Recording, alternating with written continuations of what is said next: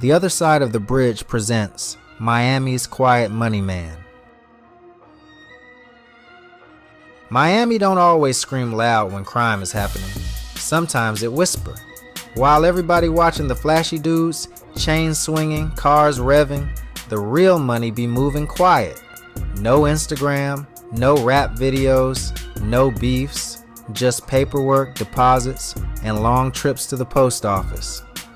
This is the story of Luis Hernandez Gonzalez, a Miami Lakes businessman who stacked over $20 million, hid it in his house walls and attic, and thought the system would never catch up. But the feds, they were watching the whole time. This ain't South Beach. This ain't the clubs. We talking Miami Lakes. Calm streets, working folks, regular businesses, the type of place where nobody expects federal agents kicking in doors. Luis Hernandez Gonzalez was 45 years old. On paper, he looked legit. Business accounts, postal money orders, bank deposits, everything looked clean until you zoomed in.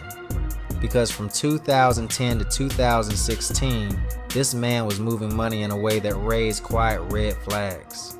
Not loud enough for the streets to notice, but loud enough for the government computers to start blinking. See, banks got rules. Anytime you walk in with over $10,000 cash, they gotta file paperwork called a CTR, Currency Transaction Report. That report goes straight to the feds. So what do money guys do? They structure. Instead of dropping $10,000 once, they drop $9,000 today, $8,500 tomorrow, $7,200 the next. Different branches, different days, different counters, same money. Over time, Louis did this thousands of times. Banks, post offices, money orders, business accounts, small moves, adding up to over $17 million. Quiet money. One of his favorite spots? The U.S. Post Office. People don't think twice about somebody buying money orders there.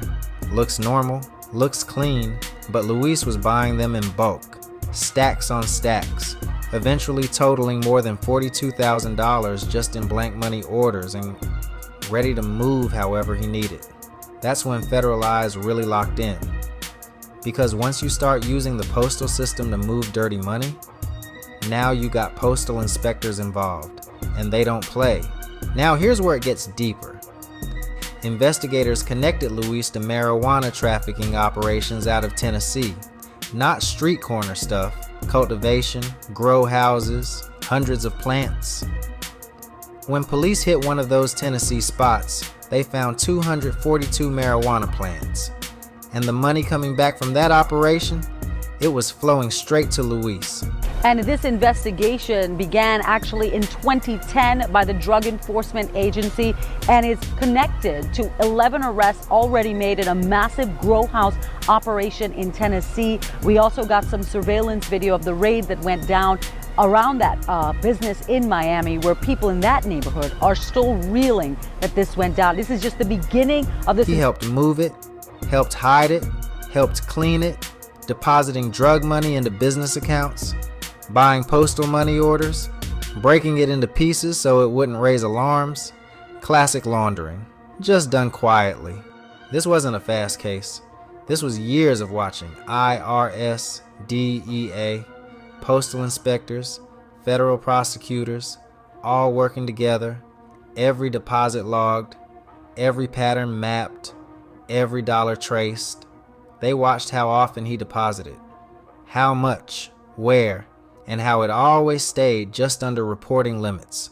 By 2016, they had enough, and that's when they made their move. June 28, 2016, law enforcement pulls up to Luis Hernandez Gonzalez's place. Off the top tonight, a drug bust netting a jaw-dropping $24 million in cash, along with what you might expect, drugs and weapons. But it was the massive cash stash that has everyone talking tonight. We're talking stacks of $100 bills, all of it sealed in buckets. Now at 6, a record-setting bust. $24 million stuffed in buckets. Police say it all came from drugs. Search warrant in hand.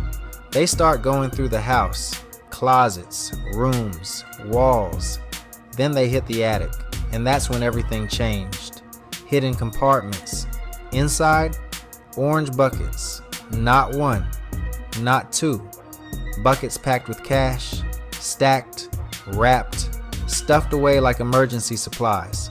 By the end of the search, agents had seized over $21 million in cash, most of it hidden inside the walls and attic. Another $665,000 from his Miami business, plus $42,000 in money orders. One of the biggest cash seizures tied to structuring in the region. Quiet money got real loud that day. Federal prosecutors didn't come light. Luis was charged with conspiracy to commit money laundering, structuring transactions to dodge federal reporting laws, basically moving money on purpose to hide it, avoiding the system disguising drug proceeds. They tied over $17.7 million directly to illegal structuring, and about $300,000 traced straight to the Tennessee marijuana operation. At that point, the case was airtight. On February 7, 2018, Luis Hernandez Gonzalez stood in federal court and pled guilty. No trial, no drama. The judge handed down 65 months in federal prison, forfeiture of $18 million, plus seizure of the money orders. 5 years and some change, and millions gone forever. The money didn't go back, the buckets didn't go home, the operation was over. Federal officials made one thing clear: you can't outsmart the system forever. They said it didn't matter if you're flashy or quiet. If you're washing money, especially drug money, they're coming. Bank records, postal records, tax data, it all talks.